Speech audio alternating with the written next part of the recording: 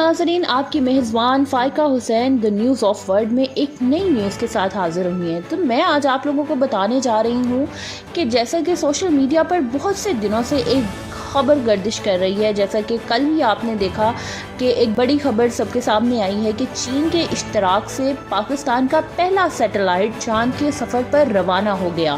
یہ پاکستان کے لیے ایک بہت ہی بڑی خبر ہے، کیونکہ یہ ایک بہت ہی اہم خبر کہلائی جا رہی ہے، کیونکہ پاکستان کا سب سے پہلا سیٹلائٹ جو ہے وہ چاند کے سفر پر روانہ ہو گیا، اور یہ کس کی مدد سے، کس کی ہیلپ سے ہوا؟ یہ چین کے اشتراک سے ہوا۔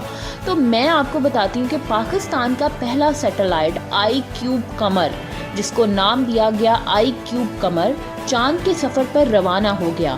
یہ سیٹلائٹ مشن چین کے ہیان اسپیس لانچ سائٹ سے چاند کے سفر کے لیے خلا میں روانہ کیا گیا۔ وزیر اعظم شہباز شریف نے اس موقع پر قوم اور سائنسدانوں کو مبارکباد دیتے ہوئے کہا کہ آئی کیوب قمر سیٹلائٹ خلا میں پاکستان کا پہلا قدم ہے۔ ان کا کہنا ہے کہ جوہری میدان کی طرح اس میدان میں بھی ہمارے سائنسدان، انجینئرز اور ہنرمند اپنی صلاحیتوں کا لوہا منوا رہے ہیں۔ وزیر اعظم نے انسٹیٹیوٹ آف اسپیس ٹیکنالوجی کو کور کمیٹی، اس کے رکن ڈاکٹر خرم خورشید، اسپارکو سمیت تمام ٹیم، خاص طور پر پروجیکٹ میں حصہ لینے والے طالب علموں کو خراج تحسین پیش کیا۔ اس موقع پر ان کا کہنا تھا کہ 8 ممالک میں سے صرف پاکستان کے منصوبے کو قبول کیا جانا ہمارے سائنسدانوں اور ماہرین کی قابلیت کا اعتراف ہے۔ یہ تو میں نے آپ کو بتایا کہ پاکستان کے جو وزیر اعظم تھے، وہ پاکستان کا جو پہلا سیٹلائٹ تھا چاند میں جانے کے لیے کتنے ایکسائٹڈ تھے، اور جب وہ چاند کے لیے روانہ ہو گیا تو ان کا اظہار خیال سائنسدانوں کے لیے کیا تھا۔ تو اب میں آپ لوگوں کو بتاؤں گی سیٹلائٹ کا نام آئی کیوب قمر کیوں رکھا گیا۔ یہ نام ڈاکٹر خرم کی جانب سے تجویز کیا گیا تھا، کیونکہ یہ مشن چاند کی جانب جا رہا ہے، اس لیے اس میں قمر یعنی چاند موجود ہے۔ آئی کیوب اس لیے کیونکہ IST میں موجود اسمال سیٹلائٹ پروگرام کا نام آئی کیوب ہے، اور اس کے تحت انسٹیٹیوٹ کی جانب سے سن 2013 میں پہلی سیٹلائٹ آئی کیوب 1 کے نام سے لانچ کی گئی تھی۔ اسی لیے اس کا نام آئی کیوب قمر رکھا گیا، جو کہ پاکستان کی پہلی سیٹلائٹ جو کہ چاند کے لیے روانہ کی گئی۔ ان کا مزید کہنا تھا کہ آئی کیوب 2 آپٹیکل کیمروں سے لیس ہے، جو چاند کی سطح کے تصاویر لینے کے لیے استعمال ہوتے ہیں۔ اس کے بعد میں یہ آپ کو بتاتی چلوں کہ آئی کیوب پاکستان کے لیے اہم کیوں ہے، آخر یہ بھیجنا کیوں ضروری تھا پاکستان کے لیے، جو انہوں نے چاند میں سیٹلائٹ کو روانہ کیا۔ ڈاکٹر خرم کی ٹیم کے پاس اس سیٹلائٹ کو بنانے کے لیے وقت کم تھا، اور انہیں اس میں استعمال ہونے والے پرزے باہر سے منگوانے تھے، جن کی پاکستان آمد میں انہیں کچھ تاخیر کا سامنا بھی کرنا پڑا۔ ڈاکٹر خرم کہتے ہیں کہ کیونکہ وقت کم تھا، اس لیے ہمیں ہر چیز ایک ساتھ اور بہت محنت کے ساتھ کرنی پڑی تھی۔ اس کے علاوہ IST کے مختلف انجینئرز کے شعبوں جیسے electrical, material science, avionics, aerospace, mechanical engineering اور کمپیوٹر سائنس کے طلباء بھی اس پروجیکٹ میں شریک تھے۔ پروفیسر ڈاکٹر خرم خورشید نے بتایا کہ یہ مشن پاکستانی طلباء کے لیے انتہائی اہمیت کا حامل ہے، جو اس فیلڈ میں آگے بڑھنا چاہتے ہیں۔ ڈاکٹر خرم کا مزید کہنا تھا کہ پاکستان میں یوں تو اسپارکو اپنی کاوشوں کو جاری رکھے ہوئے ہیں، مگر اس کے باوجود اس فیلڈ میں آنے والے طلباء کو خاص پذیری نہیں ملتی، اور پاکستان میں ان کے لیے موقع بہت محدود ہیں۔ ان کا مزید کہنا ہے کہ ان سیٹلائٹ کا وزن اکثر چند کلوگرام سے زیادہ نہیں ہوتا، جیسا کہ آئی کیو کا وزن بھی 6 کلوگرام کے قریب ہے۔ آئی کیو کو خلا میں بھیجنے کے مقصد سے متعلق بات کرتے ہوئے ڈاکٹر خرم کا کہنا تھا کہ اس کی مدد سے ہم سائنسی تحقیق، تکنیکی ترقی اور خلائی تحقیق سے متعلق تعلیمی منصوبوں میں آگے بڑھ سکیں گے۔ نہ صرف یہ بلکہ پاکستان کے پاس تحقیق کے لیے اپنی سیٹلائٹ سے لی جانے والی چاند کی تصاویر ہوں گی۔ اس کے بعد میں بتاؤں کہ آپ نے شروع میں سنا ہوگا کہ پاکستان نے اپنی جو پہلی سیٹلائٹ تھی وہ چین کے ذریعے چاند میں بھیجی ہے، چین کی مدد سے بھیجی ہے۔ تو معاونت سے پاکستان کے اس مشن کا مقصد کیا ہوگا؟ انہوں نے بتایا کہ چاند کے مدار میں چکر لگانے والے کیوب سیٹ تصاویر لے سکتے ہیں یا دیگر سنگل ریکارڈ کر کے زمین پر واپس بھیج سکتے ہیں۔ ان کا کہنا ہے کہ یہ ٹیکنالوجی قدرے سستی ہے،